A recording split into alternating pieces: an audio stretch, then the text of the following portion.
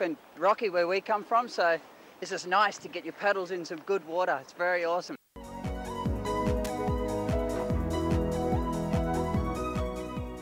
The stretch between Spituk and Nimu or Saspol is ideal for the professional rafters, and one from Spituk and Karu is ideal for beginners.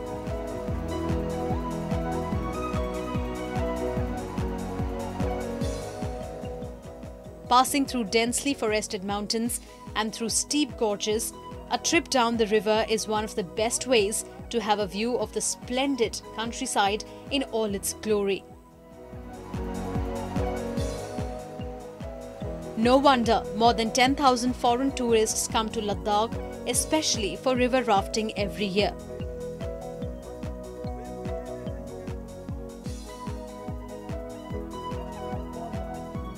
I think it's a great adventure activity for tourists. So this allows you to get out and see nature and enjoy the river and have a good time as well. The thrill of emerging triumphant over the swirling waters is a feeling unmatched by any other.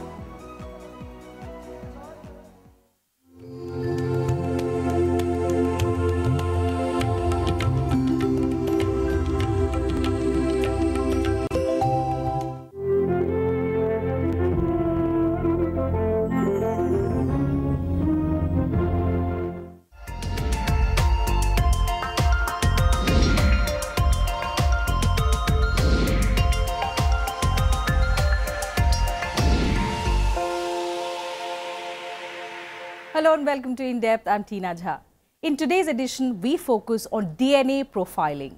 DNA analysis is an extremely useful and accurate technology in asserting the identity of a person from his or her DNA sample. In recent years, DNA technology is being increasingly relied upon in investigations of crime, identification of unidentified bodies, and even in determining parentage. India till date does not have a DNA legislation.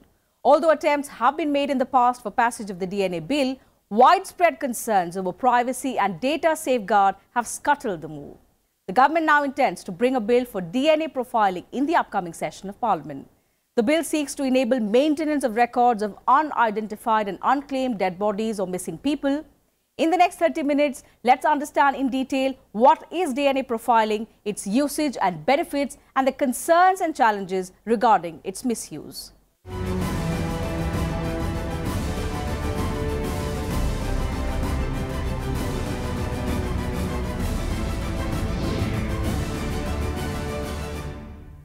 The government is set to table the human DNA profiling bill in the upcoming monsoon session of Parliament. The government informed the Supreme Court about this during a hearing on a PIL filed by an NGO on the use of DNA profiling for identifying unclaimed bodies.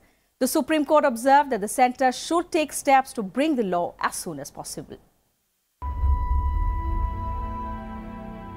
In January 2015, over 100 unidentified bodies were found floating at the Periyar Ghat on the river Ganga in Unnao district of Uttar Pradesh.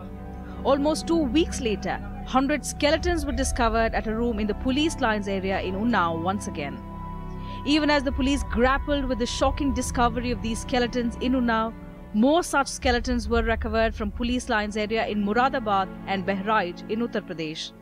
When the probe failed to confirm the identity of the decomposed bodies, it was concluded that these were the bodies left unclaimed after post-mortem. Fact is that in 2012 there was an NGO who had filed a PIL saying that there are a lot of dead bodies whose parentage or whose name etc. is unknown, and there are also a number of cases of either kidnapping, abduction or people being lost, and their information, those are also unsolved cases. So they drew a bridge saying that there should be a system where if there is a dead body, by scientific method, by DNA profiling, one should get to know who the person is, and you can link it with those cases where somebody is lost.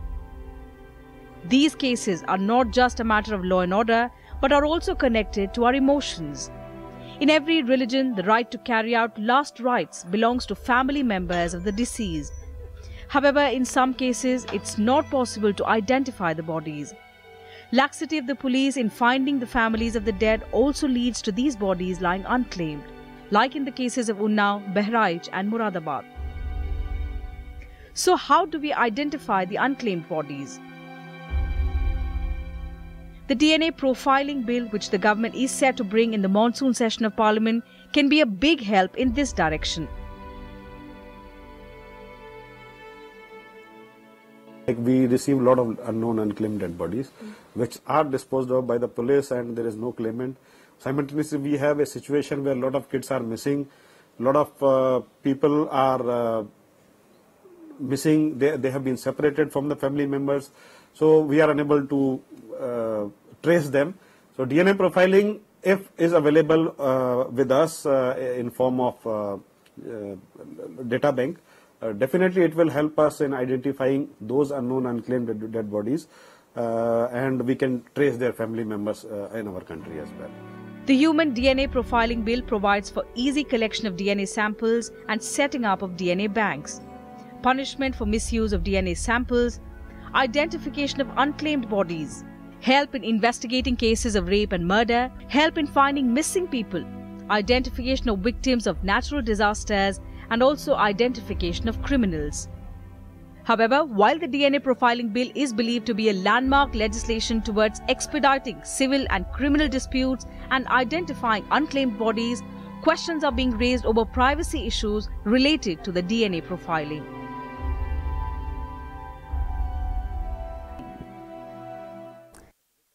DNA profiling is a revolutionary step developed in the early 1980s to identify an individual. It's also seen as a breakthrough technology in cracking down on criminals and also in solving complex problems. Let's understand the process of DNA profiling in this report. Deoxyribonucleic acid, commonly known as DNA, is the hereditary complex molecule present in humans and almost all other organisms. Nearly every cell in a multicellular organism possesses the full set of DNA required for that organism. Most DNA molecules consist of two biopolymer strands coiled around each other to form a double helix. The two strands are called polynucleotides since they are composed of simpler monomer units called nucleotides. Each nucleotide is made up of 4 chemical bases: adenine, guanine, cytosine and thymine. It also has a sugar called deoxyribose and a phosphate group. These nucleotides create proteins that is needed for the cell. DNA contains all of that information necessary to build and maintain an organism, including biological information. DNA of every human being is different from each other. Through DNA analysis, one can compare two DNA samples and ascertain whether both come from the same person or not. DNA's molecular structure was first identified by James Watson and Francis Crick in 1953. They won the Nobel Prize for the same in 1962. With time, DNA technology evolved, and in 1984, British scientist Sir Alec John Jeffrey discovered the modern technology of DNA profiling. DNA profiling is basically, DNA is a genetic material which is available in every cell nucleus, and all nucleated cell contains DNA. So this DNA is basically genetic material which is transferred from one generation to another, and an individual gets half of its genetic material from father and half from mother, and similarly it is shared with the siblings like brothers and sisters. So it is providing some sort of a chain with the biological relations. DNA profiling is the process of determining an individual's characteristics and is most commonly used as a forensic technology to identify a person. A common method of collecting a reference samples is to collect a sample of blood, saliva, hair strand, or even a broken nail. Although 99.9% of human DNA sequences are the same in every person, some of the DNA is unique. That makes it possible to distinguish one individual from another. Every person, every animal, every living and breathing thing has a DNA profile which is unique to the next person. So it is like your fingerprints. No two DNAs will ever match. For example, if a murder takes place in a room and there is blood on the floor, The DNA profiling or the DNA investigation can tell you exactly who was in the room, whether the blood belongs to the deceased or to somebody else or the assailants, etc., etc. It can even be done by the hair, by a fragment of your skin, etc. So it is a highly scientific field. Through DNA profiling technique, heinous crimes can be easily solved. It can also help to nab criminals. DNA profiles taken from the place of crime can be matched with the samples of criminals arrested even after several years. This technique is very effective in identifying accident victims, missing people, or identifying disaster victims. The identification of parents is also possible with the use of the DNA profiling. You must have seen a lot of mass disasters happening where we have a lot of unknown, unclaimed dead bodies.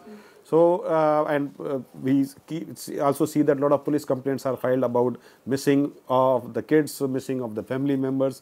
So, definitely in case we have DNA profile generated from these unknown, unclaimed dead bodies, and we have a claimant for searching for their family members or the kids, DNA profiling can be really helpful in establishing the identity of those persons. The DNA Index System, a first-of-its-kind initiative, allows generation of DNA profiles from live samples like saliva and blood stains within 90 to 120 minutes. This system uses the latest DNA technology tool developed by Intigen X Inc. USA, known as the Rapid Hit DNA System. However, DNA profiling is being criticized as a technique that breaches an individual's privacy. It is also being seen as interfering in someone's privacy by collecting his or her genetic data. However, in 2016, Andhra Pradesh became the first state in India to start DNA profiling to stop crimes. Time for a short break on the program. We'll be right back.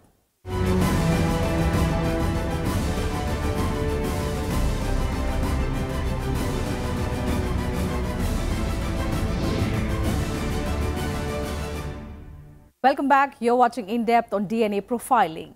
DNA evidence was first accepted by the Indian courts back in 1985. A proposed law on DNA typing has been in the works for several decades, but till date, there's been no working version of the law related to DNA profiling. In this report, let's take a look at how the DNA profiling bill was initiated and the apprehensions over certain provisions in the bill.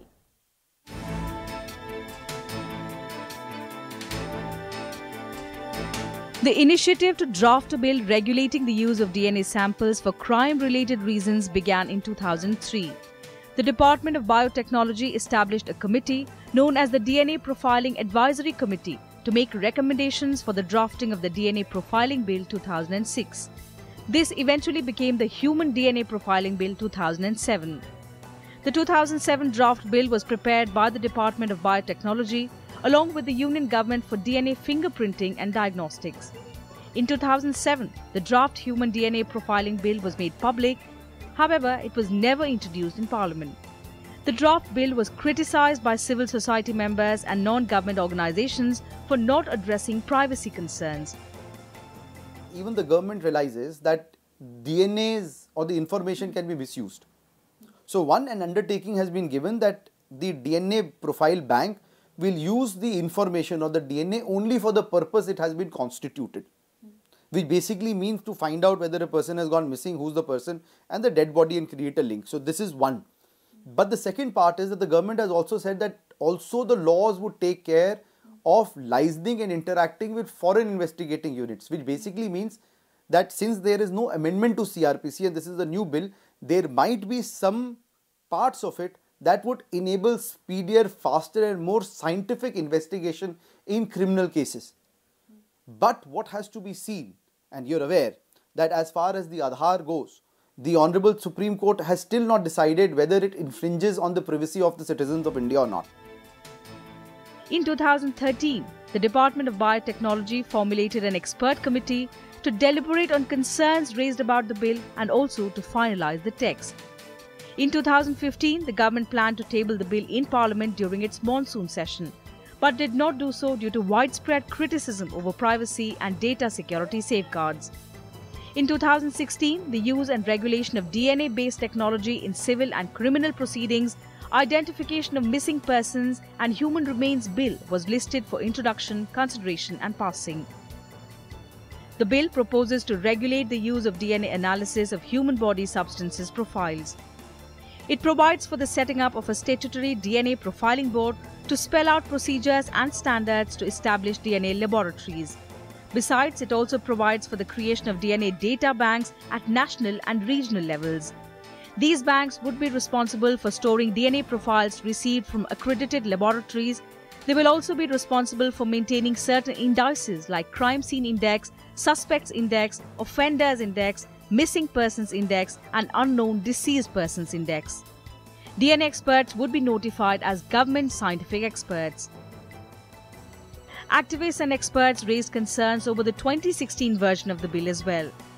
They raised questions over how the bill plans to safeguard the privacy of those whose DNA profiles will be stored in the data bank, the safeguards the samples and data banks will have against contamination and theft, and the terms of use and availability of the profiles among law enforcement officials, scientists and foreign agencies.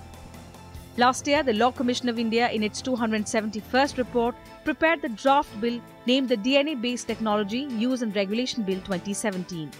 The Commission examined various judicial pronouncements and constitutional provisions and recorded that DNA profiling was indeed used for disaster victim identification, investigation of crimes, identification of missing persons and human remains, and also for medical research purposes. However, it also flagged that privacy concerns and the ethics involved in this scientific collection of data were very high. The Commission said the procedure for DNA profiling, if given statutory recognition, should be done legitimately as per constitutional provisions. One also has to see independently whether such an act of the government to create a profile of the DNAs of the citizen of India infringes upon my right of privacy or not. So there are various factors that has to be seen yet, but as I said, the bill is not yet before us, and I hope the checks that have to be done, the security measures are done before the bill is passed, before the such a bank is created, because we have seen that there has been some omisses, some data leaks, etc. when it comes to Aadhaar card, which actually puts such a great system at risk and criticism. The bill, which is likely to be tabled in the upcoming session of Parliament, is reported to be based largely on the Law Commission's report. The bill contains a number of improvements from previous versions, such as inclusion of provisions for consent, defined instances for deletion of profiles, limitation on purpose of the use of data in the DNA data bank, defined instances for destruction of biological samples, and the ability for an individual to request a retest of bodily substances if they believe contamination has occurred. Several privacy concerns have been raised regarding the DNA profiling bill, but supporters of DNA profiling deny these fears as unfounded, saying there is no threat to privacy.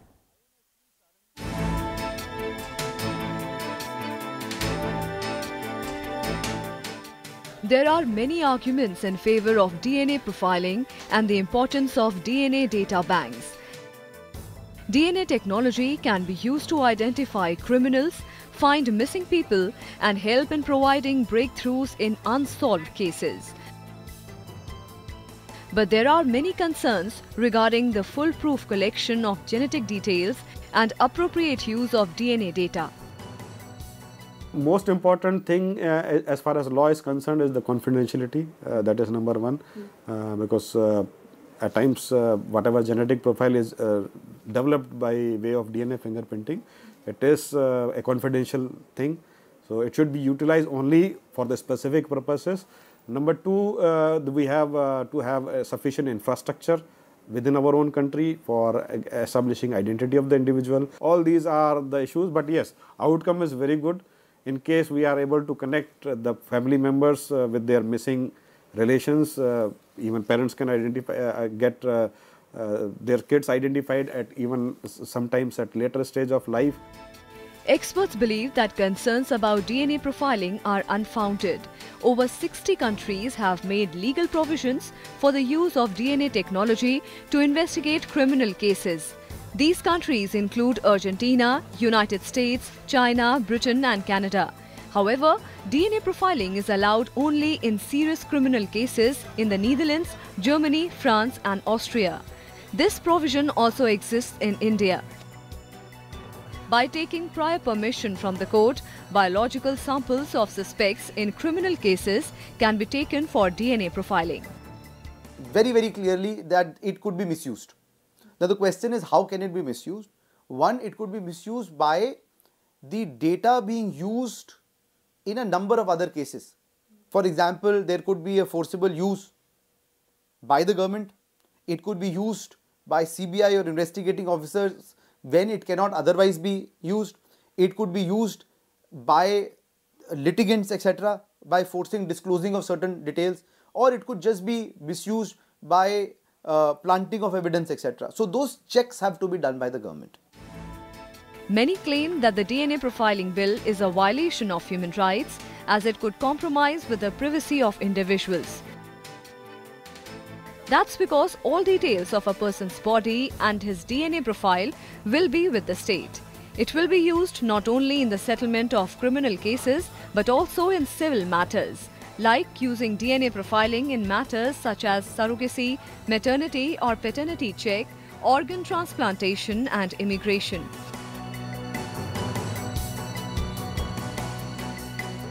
The International Human Rights Declaration and the 1964 Helsinki Agreement are also being cited for the case against it. The right to privacy is a fundamental right. There have been questions over the violation of privacy in the Human DNA Profiling Bill drafted by the Law Commission. The International Society for Forensic Genetics also talks about an individual's privacy. In our next report, let's find out the guidelines set up internationally for the DNA profiling.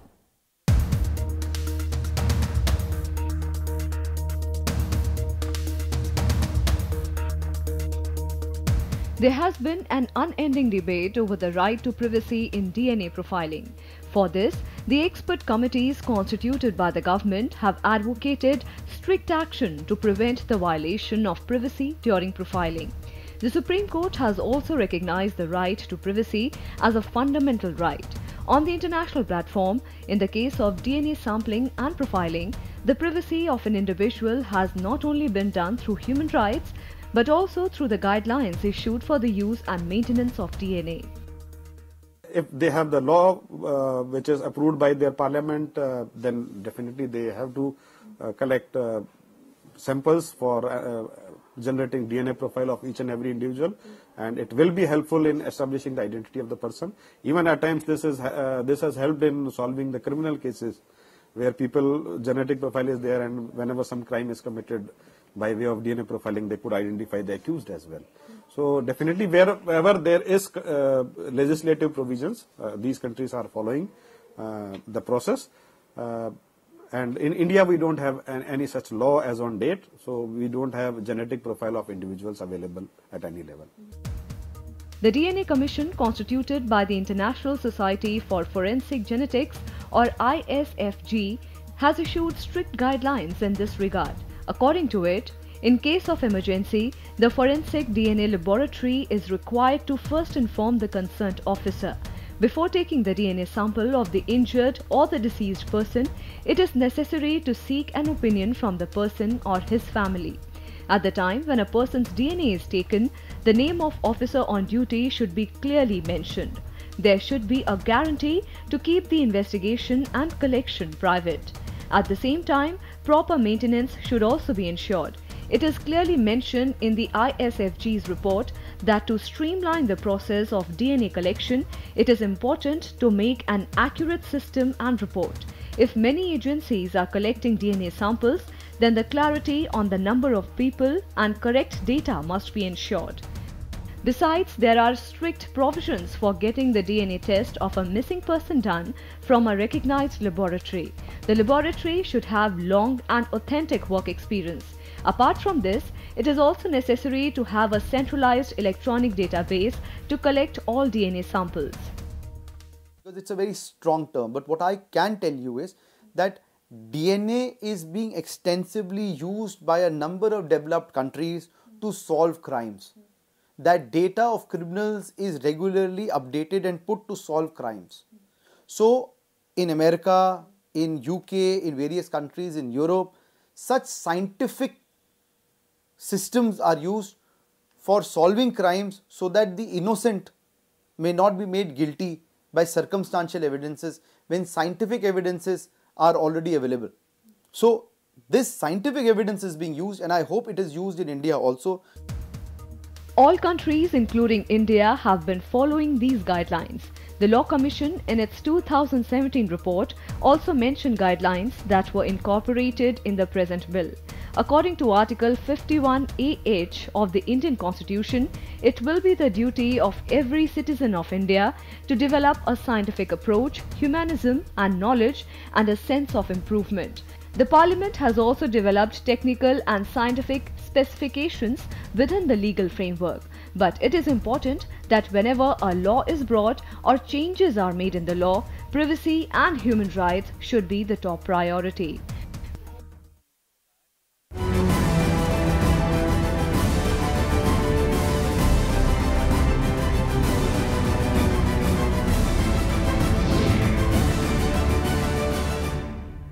And that's it from us in this edition of In Depth. Thanks for your time.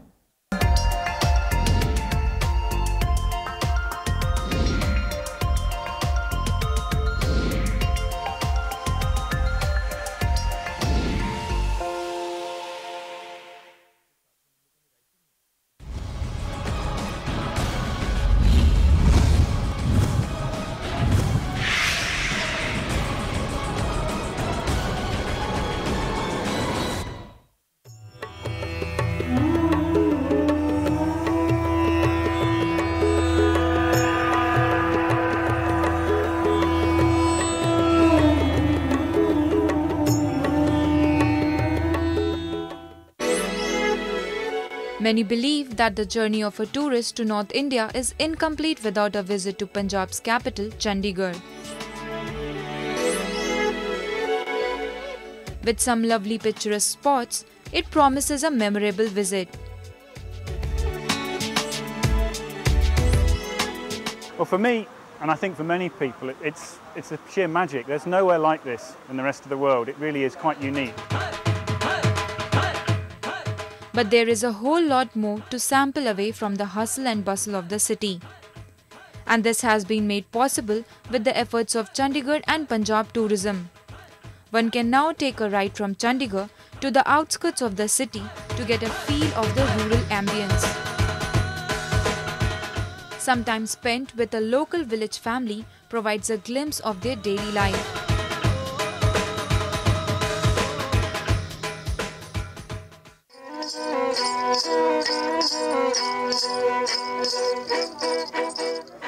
But it is the visit to the local village fair which exemplifies the rustic lifestyle and the rich, vibrant culture of rural Punjab.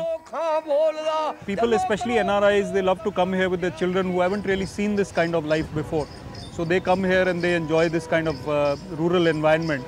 That is the idea. It has been successfully implemented in some states like Rajasthan and Gujarat. So we are also keen to showcase our rural heritage in and around Chandigarh. The state is known for its agriculture, and a visit to the farms is a must, where one can even get a first-hand experience of farming. It's wonderful. We're enjoying ourselves very much. Very much. Everybody's friendly. It's great.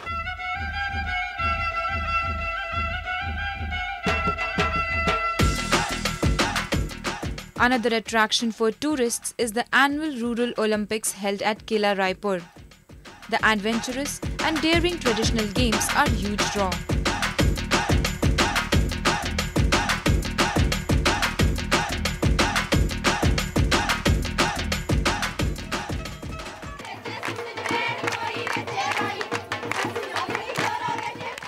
Dance, music, sports and religion. There is a lot to experience in rural Punjab.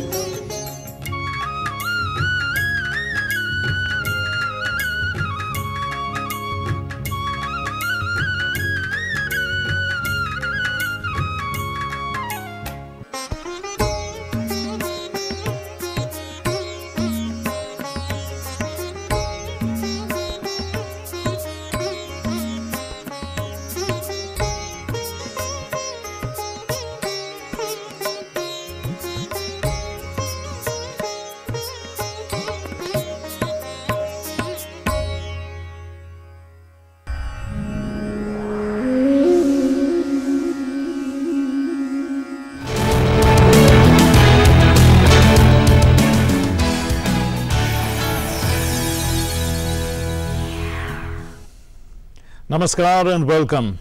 Prime Minister Narendra Modi and the Netherlands Prime Minister Mark Rutte reiterated their strong condemnation of terrorism in all its forms and manifestations. They agreed to intensify cooperation in water management, focusing on Clean Ganga campaign. Both leaders also welcomed intensifying Indo-Dutch collaboration in agriculture. The meeting between the Prime Ministers Modi and Rutte, the Indo-Dutch ties, that's our focus tonight. This is Newsnight. Here are the headlines. PM Modi and the Dutch Prime Minister Mark Rutte hold bilateral talks. The Prime Minister tells Netherlands investors that the government is committed to economic reforms. Both leaders welcomed increased cooperation in agriculture and food security.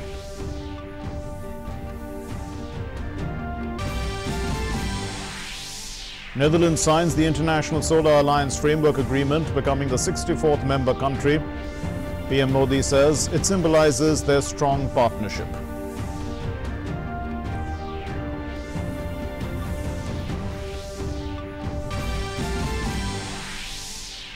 Central government seeks a report on the Tuticorin incident from the Tamil Nadu government. The Home Minister Rajnath Singh appeals for peace. Chief Minister accuses the opposition parties of provocation. A new DM is in Tuticorin. Major initiative to improve quality of school education. Samagra Shiksha scheme is launched. The HRD Minister Prakash Javadekar says 20% increase in the budget for the program.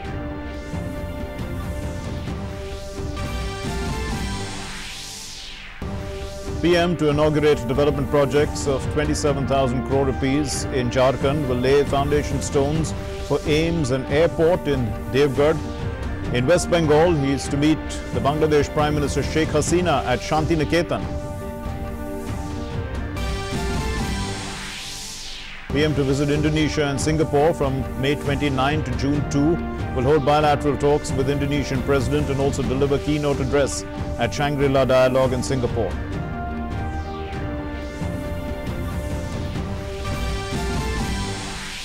BJP to hold several programs across the country from the 26th of May to June 11 to mark 4 years of the Modi government. Special outreach campaign from May 27 to June 11.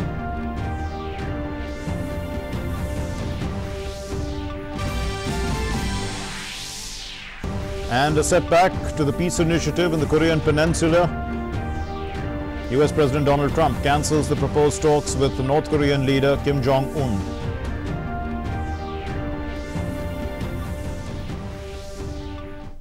Our top story, Prime Minister Narendra Modi held talks with his Dutch counterpart Mark Rutte in New Delhi this afternoon. The two leaders reviewed the entire gamut of bilateral relations and they also discussed issues of mutual interest.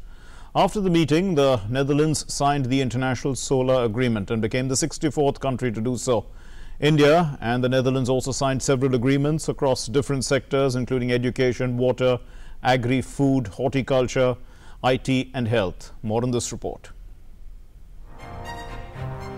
Prime Minister Narendra Modi and Netherlands Prime Minister Mark Rutte, who is in India at PM Modi's invitation, held wide-ranging discussions on bilateral and international issues at Hyderabad House on Thursday. Both leaders acknowledged the private sector's role in boosting trade and investment. PM Modi assured investors from the Netherlands that Government of India is committed to economic reforms.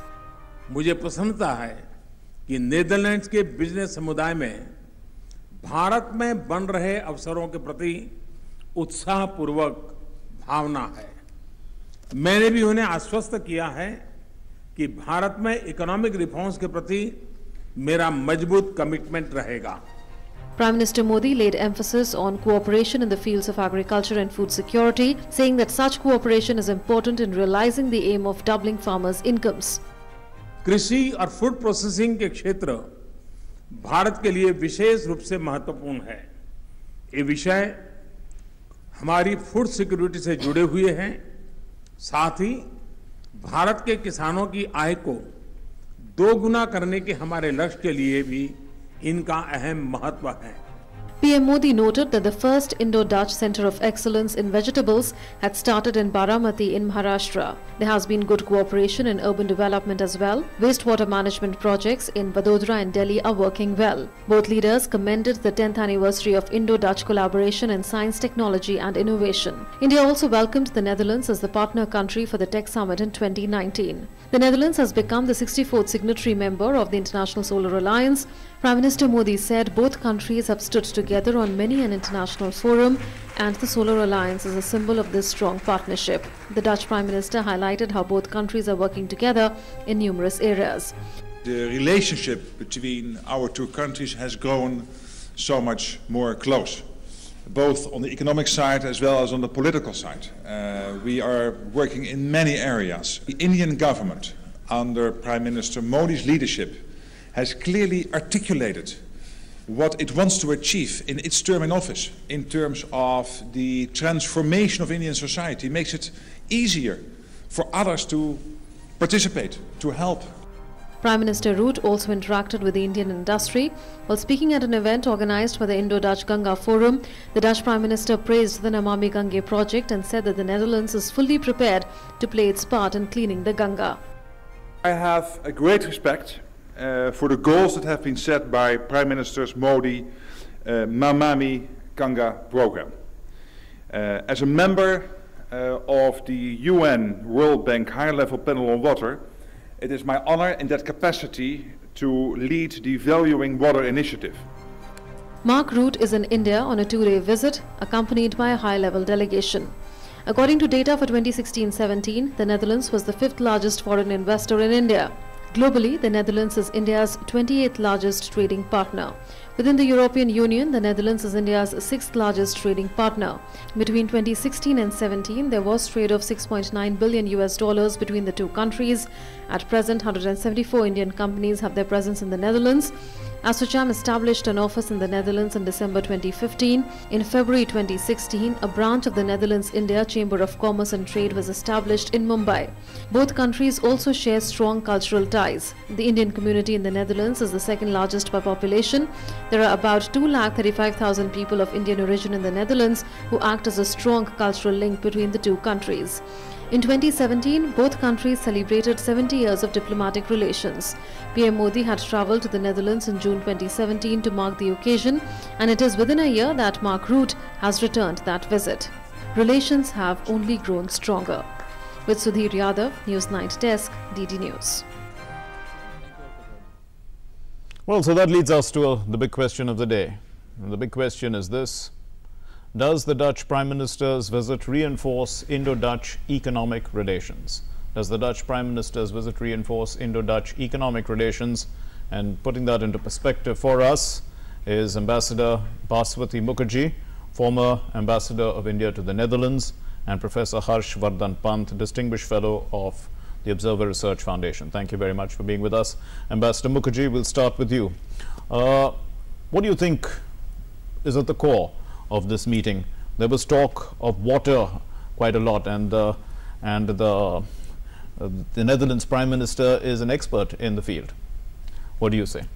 I think there were several important takeaways. One is water, as you correctly pointed out. The Dutch are an expert in cleaning up waterways. Right. There's also this whole issue that Indian companies are looking to relocate from London to Amsterdam post-Brexit.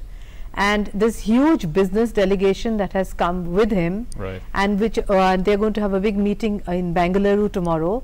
They're also going to discuss about how to strengthen economic ties. And one of the important aspects of those economic ties is precisely the fact that there are more than 110 Indian companies already located in Amsterdam. Many more will move from London. And this is going to be a win-win situation for Netherlands and India, given that Netherlands is not a protectionist country and is also quite good in transfer of technology. So not just in water, solar alliance, pollution, etc. Very much so. But if I come back to the point of water, Professor Harsh Pant, you know, agriculture also has been a very significant component, at least in terms of what was discussed today. And the strength of the Netherlands in terms of waste to wealth management, there's the use of satellites for river modeling and stuff like that. You know, I mean, there's a lot that one can do with the Netherlands collaboration in water management, which is an issue in our country. Not only cleaning the Ganga, but you know, there are issues of water in our country, serious issues. Yes, I think it's a multifaceted problem, and therefore a multifaceted engagement with Netherlands perhaps helps us in a number of ways. Some of the things I think were pointed out earlier on in the way your correspondent was teasing out some of the takeaways, right. where the river water management and cleaning of Ganga emerge at the top. But then you also, I think you rightly pointed out, agriculture, horticulture, floriculture are areas where India and Netherlands can collaborate and look at how we can together address the agrarian problem, agrarian crisis in the country, in India. So I think the way Netherlands has used cutting edge technology in farming, in agriculture, I think that's something that is a role model for the rest of the world, and that is something that perhaps Indian policymakers have in mind when they are looking for collaboration with Netherlands. And as I think Ambassador rightly pointed out, it's a country that is very keen on sharing technology, whether as the Prime Minister of Netherlands was saying, that we want to engage ourselves at the highest level in the cleaning of Ganga, but also in other aspects where I think particularly for us agriculture is such an important area. Absolutely. Where collaboration will make an impact. So I think, as you rightly point out, water management in various ways, in various aspects, is going to be at the core of this engagement.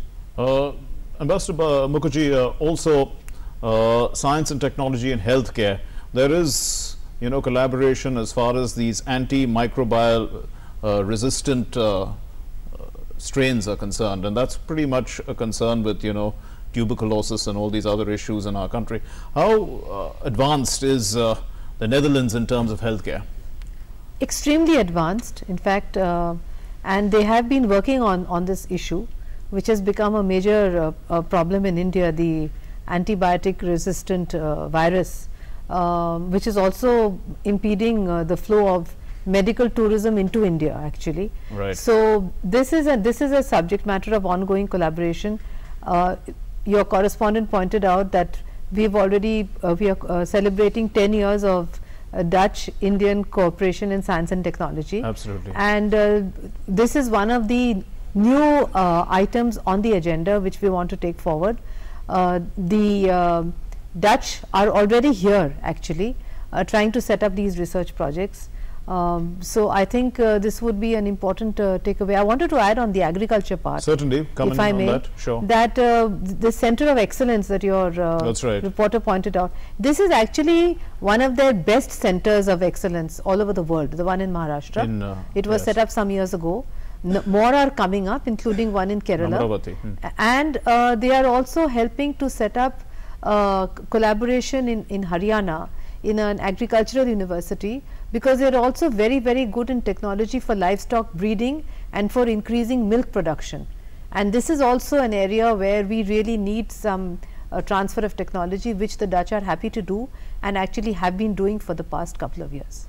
Another area of collaboration that is of interest, Professor Pant, would be in terms of smart cities. Now that's an aspect where, well, I mean, how advanced are the cities, for instance, in the Netherlands? One would think that they are, at the forefront of technology. Is that the case? Absolutely, and I think when you are looking at urbanization, when you look holistically, you are looking not you're looking at multiple dimensions of how you make your cities smart. So whether you're looking at advanced healthcare, whether you're looking at infrastructure, whether you're looking at again water management, ports and logistics, how do you manage your waterways, where I think Netherlands in particular has used its waterways very, very efficiently for transportation. So I think what we are looking at is a model that can perhaps be used for many of our projects that this government has initiated. So smart cities being one, and then of course you have Startup India, Skill India, etc., that also complement how you are looking at the engagement with some of these countries like Netherlands, which are at the cutting edge of technology and which have used technology in terms of enhancing the quality of life of the citizens. So that is perhaps why we would be, I think, looking forward to this engagement and making sure that the collaboration that exists goes beyond just the semantics or goes beyond just the slogans in terms of operationalizing some of these ideas on the ground, which I think the government is very keen to do. If I can just add on this for a minute. Certainly, come in, ma'am. In Rotterdam, for example, they have solved the problem of homeless by using old shipping containers and making them into homes for the homeless.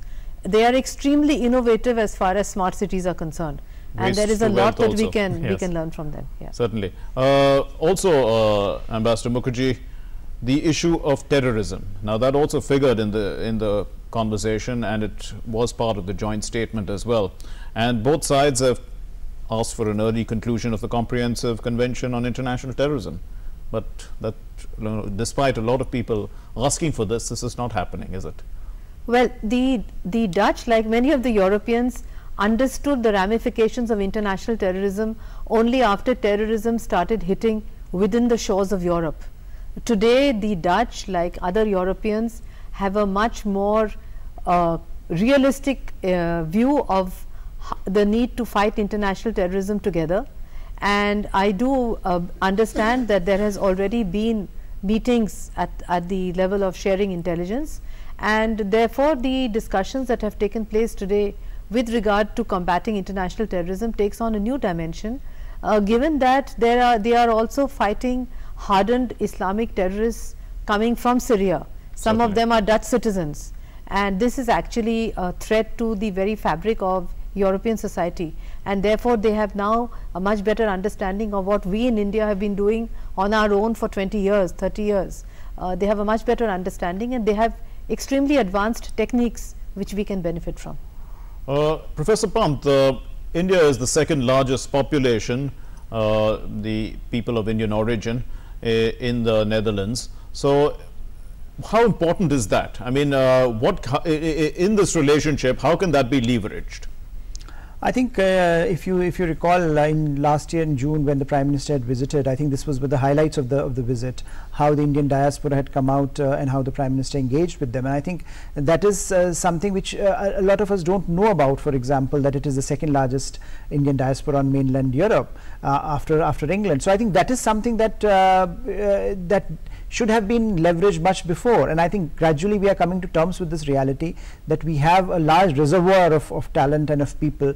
And also remember that some of these Indians are doing some of the cutting edge jobs in Netherlands. They are at the very very professionally engaged, very deep, and very well integrated into the mainstream. So there again you see the difference between other communities.